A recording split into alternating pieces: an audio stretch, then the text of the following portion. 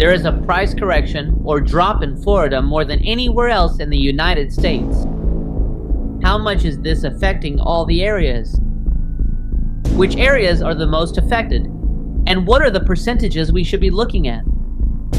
There's a lot of talk about a big crash. We have the numbers, and we're going to analyze those numbers to see how we view things. Additionally, we'll look at how builders are viewing Florida and whether they're contributing to this oversupply, which was that big crisis back in 2008. Are builders really being as irresponsible as they were back then, or are they not building at the same rate now? We'll see whether people are still coming to Florida from abroad, and if that's actually still helping, or if it's no longer helping the market because it keeps driving prices up. Lastly, we'll be looking at what you need to rent, how much money you need to rent. We'll also see whether, across the entire United States, Florida is in total chaos when it comes to renters, or if we're actually staying at the national average. We've got a lot of numbers from Florida, and we brought a lot of what you need to be able to make a decision. If you want to buy, sell, or rent here in Florida, we are the real estate agents who handle the information, study it, and, in addition, put it into practice with our clients and bring it here to the Where to Live in Miami podcast, so it's at your disposal, and you can make decisions with the most information possible. As always, I'm Gabriel Perozzo, and I'm here with my friend and business partner, YENITZE MOLINA. It's a great pleasure to be with you all today. Jenny. The builders were one of the main culprits in the 2008 crisis, along with the banks, but the builders just kept building so the banks could carry out their whole mortgage mess. But how are the builders doing in 2025? Are they still just as irresponsible, or have they come to understand their role in the market much better? No, look, the builders really were that breath of fresh air we needed during the pandemic. They brought to the real estate market the kind of product that wasn't available in the secondary market. We know that inventory, the active units for sale and used properties, dropped to a historic low during 2021 and 2022, and the ones who brought inventory to all the markets were the pre-construction developers. In my opinion, they are not acting irresponsibly. In fact, they're being quite cautious and strategic when it comes to deciding where the production of homes and properties is headed. Why do I say this? We have an article from the Association of Builders, and the first thing it says is that building permits dropped in May 2025. And, well, this is important. Give me a second to bring it up here. Here, housing permits continued a downward trend for the 5th consecutive month, which points to a broader slowdown in residential construction for 2025. Why is that? A lot of units from the secondary market are coming in, and we can already see that. There's inventory, even in many areas. It's higher than what existed in 2019, and that's not favorable for them. They absolutely need to completely redesign or significantly reduce the total number of units they have originally planned to build, and they are doing it entirely for their own ultimate benefit. So, look, we're in the South, obviously, and on the left we see, single-family homes, and on the right, multifamily. In the South, we have a 7.6% decrease in single-family and a 3.5% increase in multifamily. Looking at the maps, I see that Florida has a 12.2% decrease in single-family construction permit applications compared to 2024. For multifamily, I have a 14.5% increase in construction. We know that the single-family market is aimed at the end consumer, first-time homeowners, people who want to move to a bigger house or a smaller one. That's the main market for single-family homes. Multifamily refers to people who are, well, actually, it's companies, corporations that build to rent out. So, I look at how the pre-construction developers are managing things. Managing future inventory in order to maintain their income. Here we see, I want to bring you this other article that talks about confidence. So, we see a decline in single family, an increase in multifamily, but among builders, confidence is growing in construction. That means they're going to keep building in a more strategic way, or strategically. What has happened with prices? Look, it was revealed that 38% of builders reported having reduced prices in July. 37% of builders reported reducing their prices in June, 34% in May, and 29% in April. So, the increase in builders reporting price drops has been going up. How much is the price reduction? It's a 5% reduction in July, but incentives are happening in 62% of the transactions made. So, really, in some way we're looking at the numbers and the permits so that it works for everyone. And I know you have information about prices, Gabby, or about corrections. Yes, exactly. Let's take a look at how prices are doing. In the west area of Florida, which is where there's been the most correction, where people have suffered the most. And the folks at Recyclops actually review all of Florida for us and say, home prices in Punta Gorda and Cape Coral dropped 18.6 and 13.7%, respectively, from their peak in July 2022. If we look at the chart, you can see that overall, from the peak in July 2022 to May 2025, Miami and Fort Lauderdale are still positive with an overall increase of 5.6%. The United States as a whole is at 2.6%, but Jacksonville, Tampa, St. Pete, Naples, Marco Island, Cape Coral, and Fort Myers, you can really see the reduction there, and Punta Gorda leads with an 18.6% drop. This has been the epicenter, Jenny's, of price correction. Why do we keep talking about a correction and not a crash? Because we haven't reached a 20% drop in a single year. We're talking about an 18.6% decrease over 3 years. In other words, it's been going down little by little. In the last year, Punta Gorda has dropped 11.8%. In total, it has dropped 18.6%. But this still hasn't reached a level where we could consider it a crash, a collapse, or a bubble. Why is it called a bubble? Because it gets artificially inflated and then suddenly bursts. There hasn't been a sudden drop. What we're seeing is that since July 2024, it's been falling, but it's only dropped 11%. In total, over the 3 years, 18.6%. Miami and Fort Lauderdale are still going strong. People who are waiting for prices to drop in Miami, it seems like that's not going to happen. Remember, there has been a correction. We were a bit higher, but here we can see that starting from July 2022, we're still up.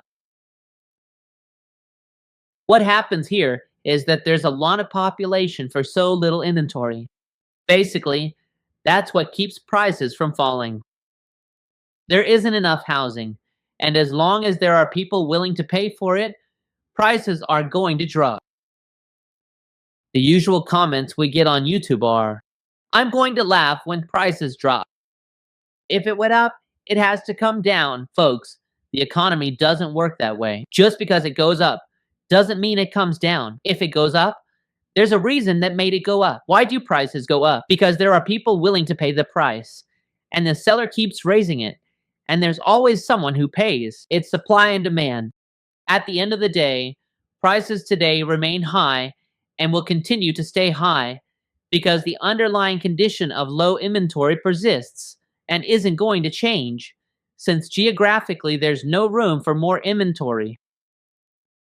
Now here we could also see how the impact is played out. For example, we can see in Punta Gorda that what's happening with single-family homes is very different, where the correction has been 13.6%, while for condos it's been 20.04%. Condos, once again, are the most affected in this whole situation. Someone asked us in one of the comments on YouTube what our analysis was regarding condos. It depends on a lot of factors. What factors does it depend on? On the age of the condo, the location of the condo, the type of condo, the structure, the structural design of the condo. It depends on the condo's amenities. It depends on many things to determine whether prices will actually drop or not. For example, in the recently built luxury sector, it seems that prices are solid because they're aimed at a market where there's no rush. The big developers building the major towers, Mercedes-Benz, Armani, Dolce and Gabbana, they have a business model where they know it's not about selling quickly. They know a client will come along and they'll sell it at the price they need to sell it for. Meanwhile, we see beachfront condos that are 50 years old with no reserves, and we see them in a real crisis because they have to make structural investments, and those, indeed, have dropped a lot in price. However, we see condos that are simply townhouses located in working class areas, Fontainebleau, Doral, Kendall, where there is still. These are 2-story, 3-story townhouses. Those don't have as many structural problems. They might have reserves, and prices may not drop. This is just to help you understand that the market isn't the same for everyone. It always has to be analyzed in detail. If we look at the map of the United States, it's still the west coast of Florida that's suffering the most from falling prices. Here I'm just going to list some of the factors they mention as reasons for the correction. First, the migration boom has dropped off and faded away. We can see that in 2024, a net total of 64,000 people arrived in Florida, while in previous years, in 2021, 247,000 arrived, 314,000 in 2022, and 185,000 in 2023. In other words, there were a lot of people coming in, and that came to a sudden stop. Then we have the fall of the shoreside condominium, which is what everyone's talking about. That caused, after that great tragedy, the laws to become much stricter and had a big impact on condominium association costs, which led to a slowdown in that sector. Hurricane Ian caused an even greater reduction in activity in southwest Florida. There have been 3 or 4 hurricanes in a row with varying degrees of impact, which has resulted in people not coming to Florida in the same numbers as before. The elasticity of supply in new construction, as Jenny's was talking about, there's a slowdown in the amount of new building. Also, that's something we're seeing now, but it wasn't the case in previous years. So, that number of new homes that came onto the market in many areas are still pending as inventory, and only now are builders starting to slow down at the permitting level. But those constructions are there, and they have really affected the housing inventory. And finally, the impact on homeowners' insurance has increased by up to 33% in the United States. In Florida, there is talk of cost increases of up to 50%, driven by hurricanes and by fraud, which, although it has been greatly reduced, the underlying lack of liquidity in insurance companies still remains. Corrections are still happening in the market. Do you want information about your area? You need to consult a specialist. We are always available to provide you with that information if you need it. Jenny, let's take a look at what's happening with international investors. How is Florida doing? Are we still a hotspot? Of course, look. Florida, well, you just said it, migration has decreased quite a bit, but for us here in Florida, the international buyer has always been a very important factor in both the price and the demand for properties, especially in South Florida. Now, what's happening with international buyers? And Flo, here I have an article from Florida Realtor that says, Florida leads international home sales.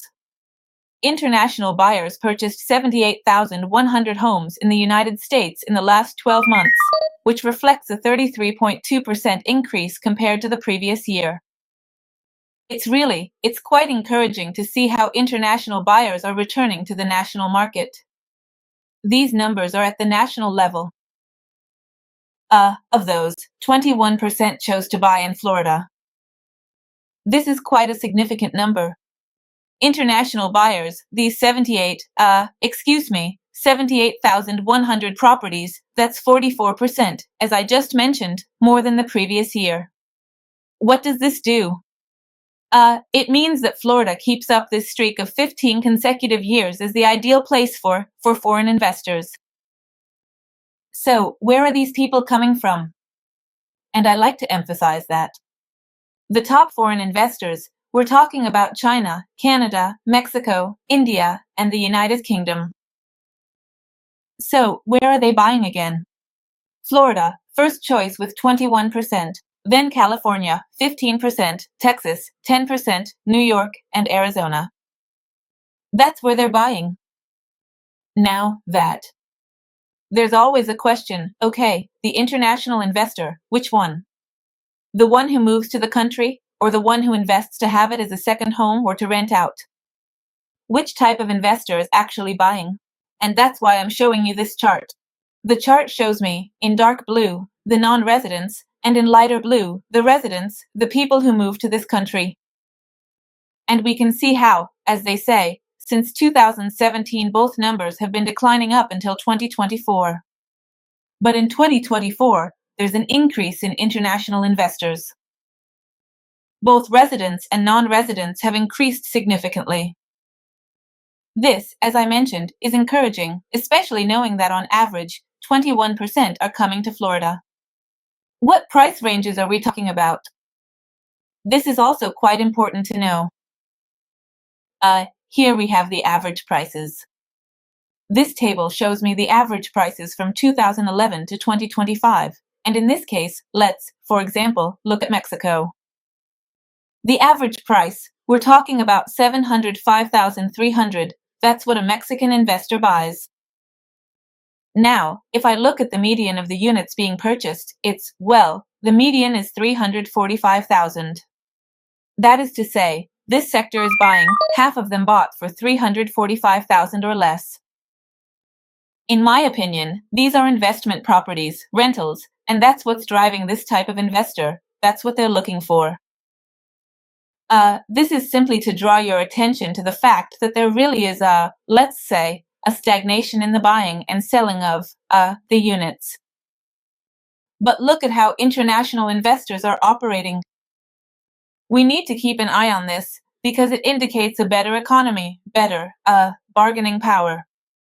We know that an investor looks for bargaining power, which exists today, and that's why they're coming to buy in this city. Yes, and that explains why prices are going down. All those people who say, don't worry, I'll have a good laugh when prices drop. There's a lot of pressure from different factors that will keep prices from dropping. In fact, they're more likely to keep rising over time, with appreciation rates now at normal levels, but appreciation that will still happen. It's a tragedy for those living in Miami and in Florida in general, the issue of rents. I'm bringing you here a report, or rather an in-depth study, being conducted by the NASO, the National Association or the National Coalition for Low-Cost Housing. They looked into what's happening with rents and are figuring out how much you need to be able to pay the rent for a modest apartment in each state. That is, how much a family needs to pay for a two-bedroom apartment in each state, or how much a person needs to be able to rent in each state. We can see here something that usually repeats itself. We say Florida. It's part of the metropolitan states of the United States.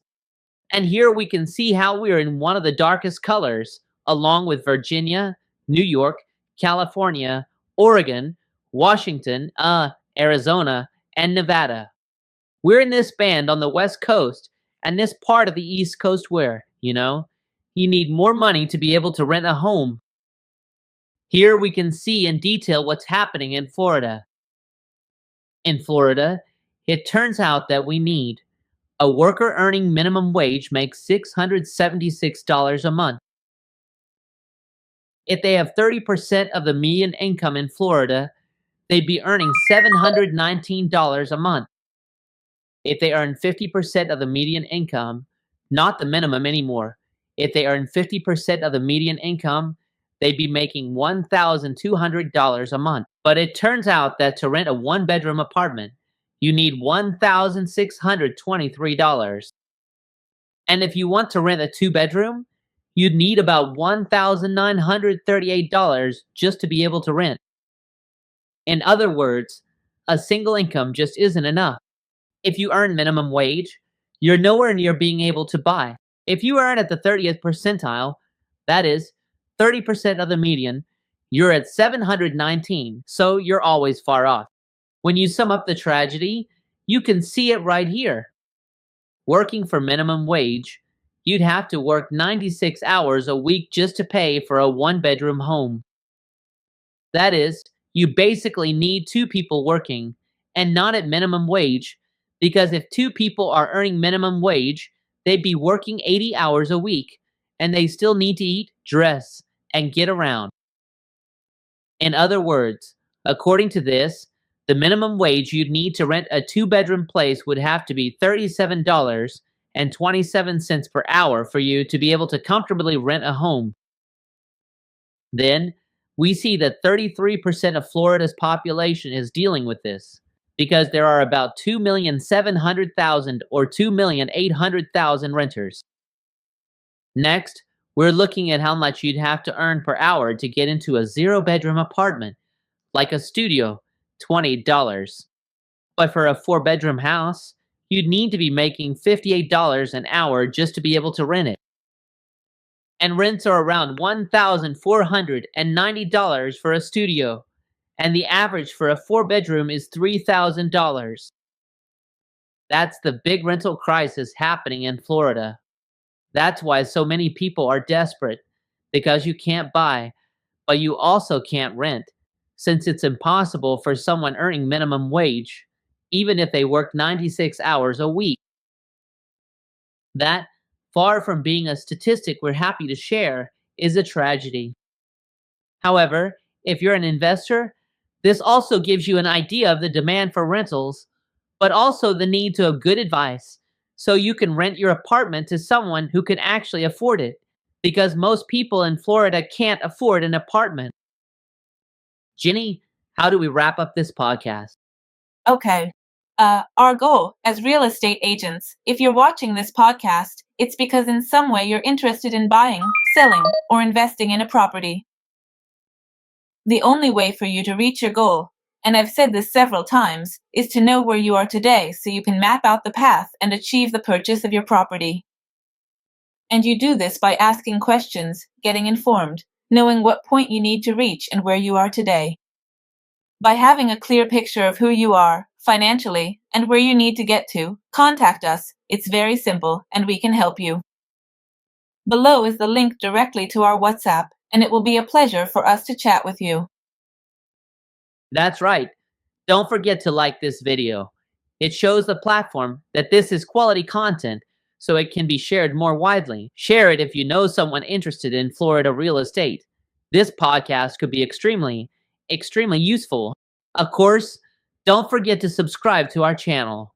We have 4 podcasts a week with the best of Miami, Florida, and all United States real estate. Thank you so much once again. Where to Live in Miami podcast, a creation of Invest in Miami Real Estate. Total transparency.